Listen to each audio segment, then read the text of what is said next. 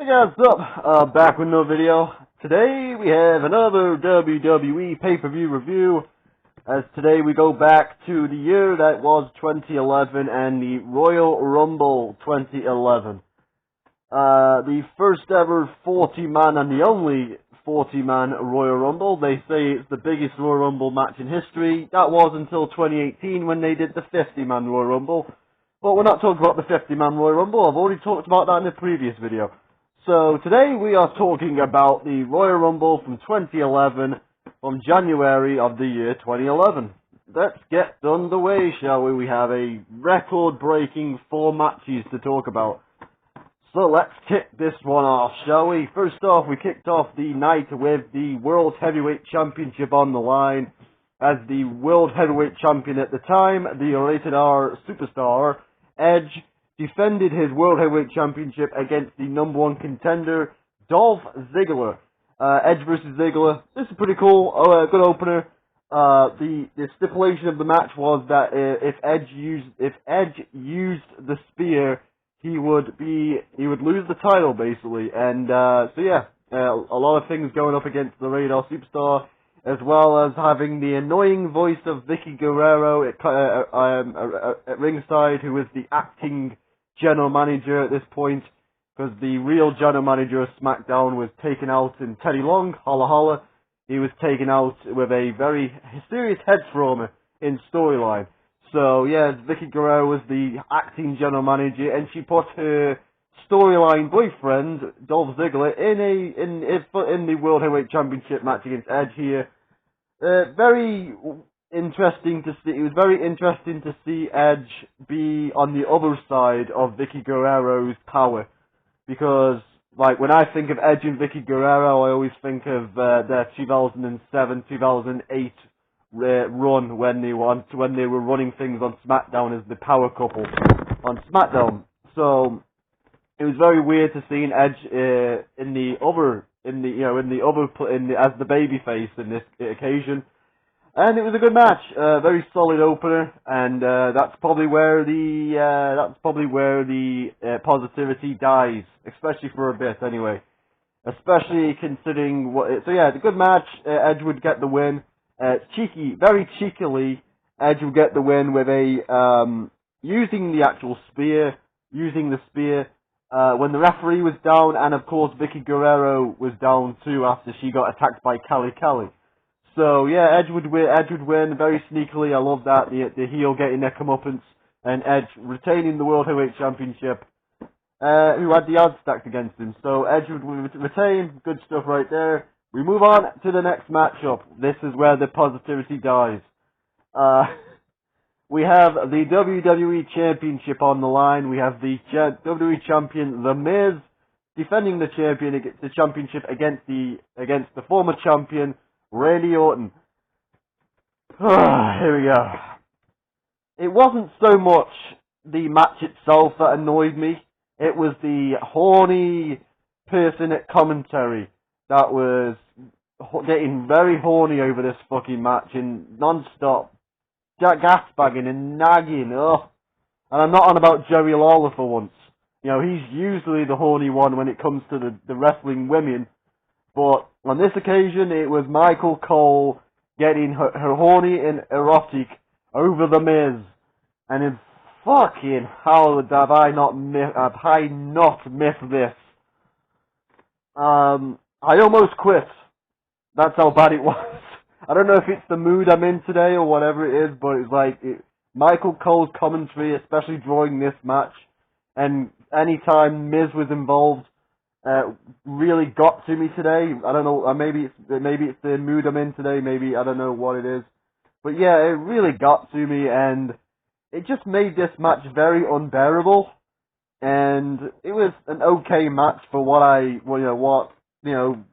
it was okay moves. It was the typical heel Miz had Alex Riley at ringside, who kept cheating, and Randy Orton had to try to overcome it.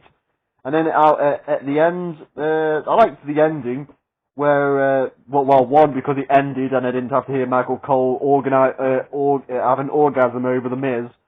And number two, I liked the actual ending because the ending was CM Punk and the new Nexus came out and they cost Randy Orton the WWE Championship, and that was set up with Randy Orton versus Punk for WrestleMania, for going into WrestleMania, and I was a big fan of that feud.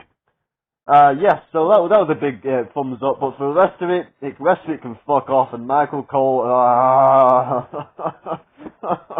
please, Jesus. I'm gonna quickly move on. The match itself was what it was.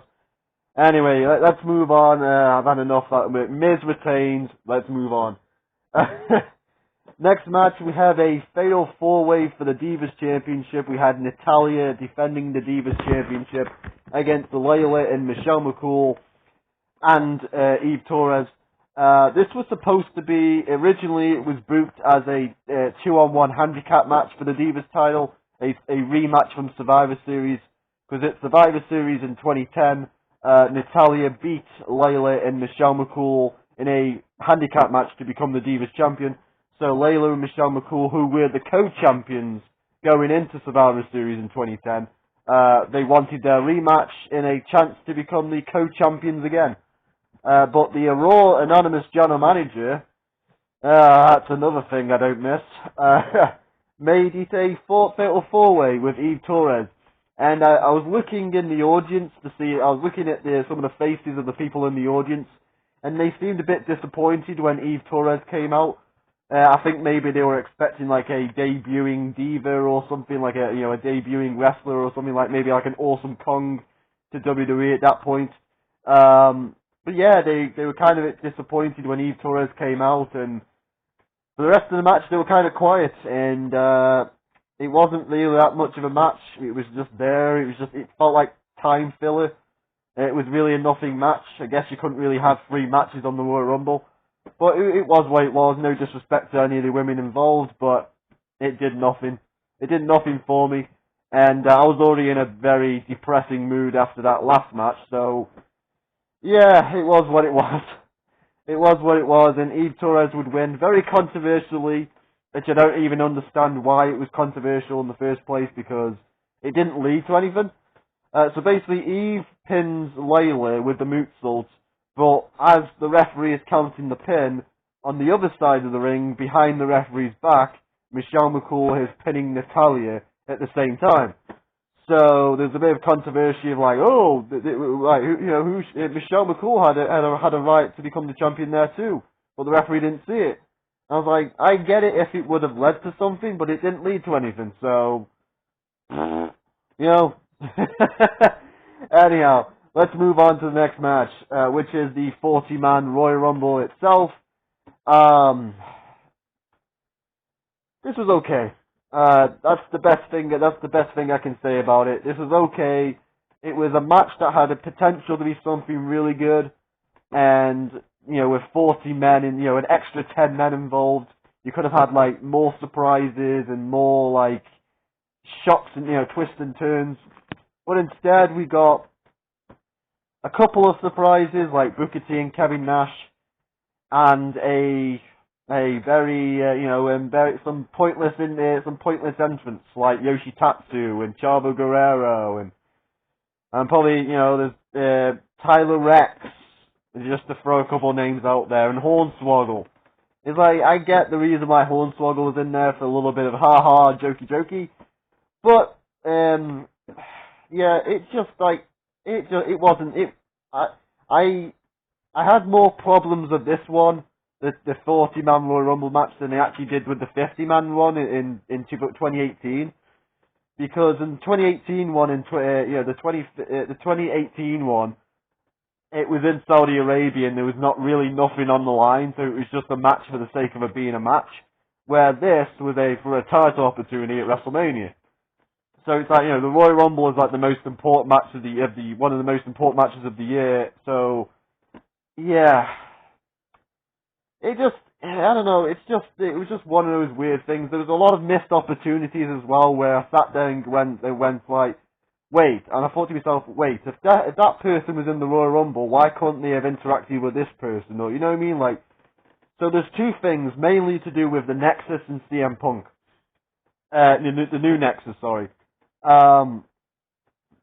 So, at the start of the Royal Rumble, as the Royal Rumble was starting, Wade Barrett's new group, The Core, attacked Punk, and the new Nexus came out, and they started brawling. The Raw Anonymous General Manager would then tell them to get to the back so they could start the Royal Rumble. Otherwise, they would forfeit their entrance in a 40-man Royal Rumble. So then they did, but then afterwards there was no interaction between the two sides in the actual match itself. And I thought that was a missed opportunity right there. And another missed opportunity was CM Punk and Nexus were dominating throughout the Royal Rumble, like in the mid portion of the Royal Rumble. And then they ran into John Cena, and John Cena eliminated all of them. Like, Mason Ryan, David Otunga, Michael McGillicuddy, and CM Punk himself. And I felt like that was a missed opportunity because I felt like he could have had, because seeing that he was in the actual Rumble later on, I felt like it was a missed opportunity to have Randy Orton come out at that point and eliminate Punk and the Nexus to kind of add a little bit more drama to their WrestleMania program. Because I don't think Cena needed to eliminate the entire Nexus, because he was going into the feud of Miz into WrestleMania for the title anyway, so I don't really feel like he needed to eliminate the Nexus, especially after what he did to Nexus in 2010. I don't really feel like Cena needed it. I mean, the fact that Orton was going to be feuding with Punk going into WrestleMania, I felt like Orton should have been the one to eliminate Punk in the Nexus. It's just a minor nitpick, I know, but it's just one of those things where I was like, you had the chance, especially with Orton being in the Royal Rumble, you had the opportunity to do something, because Randy Orton being in the Royal Rumble at number 39, and he didn't really do anything in the Rumble. It was kind of a wasteful chance to have Orton in the Royal Rumble and not do anything with him, apart from like a couple of face-offs with John Cena, which we've seen 5,000 fucking times. So, yeah, I think the ending was fun, I guess. I thought the Santino spot at the end was kind of funny, teasing that Santino could win the Royal Rumble before Alberto Del Rio would win it. But, yeah, there was just a lot of missed opportunities in this Royal Rumble, and the fact that felt like you could have had more surprises than just Diesel and Booker T. Nothing against Booker T or Diesel, it's just the fact that it was a 40-man Royal Rumble, and it felt like they could have taken more advantage of that rather than just like, oh, here's 10 more guys that have no chance of winning the Royal Rumble. But it was what it was. Anyway, it was an okay match. It just was full of missed opportunities. Anyway, Del Rio would win. I'm not really sure how I feel about Del Rio winning. Like at the time, maybe in 2011 they were pushing the new star, so I feel like that's a big positive. But seeing how everything turns out, especially seeing Del Rio now in 2023, sorry, I forgot what year it was for a second. I don't know. Is it really that fair to judge something on how it ends up being? Maybe I'm misjudging it wrong here. It just feels like a bit of a Royal Rumble anyway, because of the whole Del Rio winning and where Del Rio's ended up going, and he's kind of a controversial name now. It kind of puts a little bit of a stain on this event, but Michael Cole puts a fucking stain on this event. It puts 2011 in general. I'm not really sure if I want to go back and revisit 2011 at any point now. I will do, because that's what I want to do. But anyway, at some point. Anyway, that's going to be it now, guys. My score for the Royal Rumble 2011 is a very low 4 out of 10. I enjoyed the Edge match. Everything else was kind of like, there was some fun moments in the Rumble, like, seeing Booker T and Diesel was a bit fun, and a couple of other things, but there was a lot of missed opportunities, as I already said. And maybe it's just the mood I'm in. Maybe I just wasn't feeling it today, but anyhow, Michael Cole was annoying. That's it. Anyhow, that's going to be it now, guys. Tell me what you think in the comments. I apologize if I was a little bit negative in this review. It's just maybe it's one of those days, or maybe it's something, maybe it's one of those days where Michael Cole just got to me. Anyhow, that's going to be it now, guys. Tell me what you think in the comments. Leave me a like if I deserve it, and I'll see you guys in a bit, and I'm out.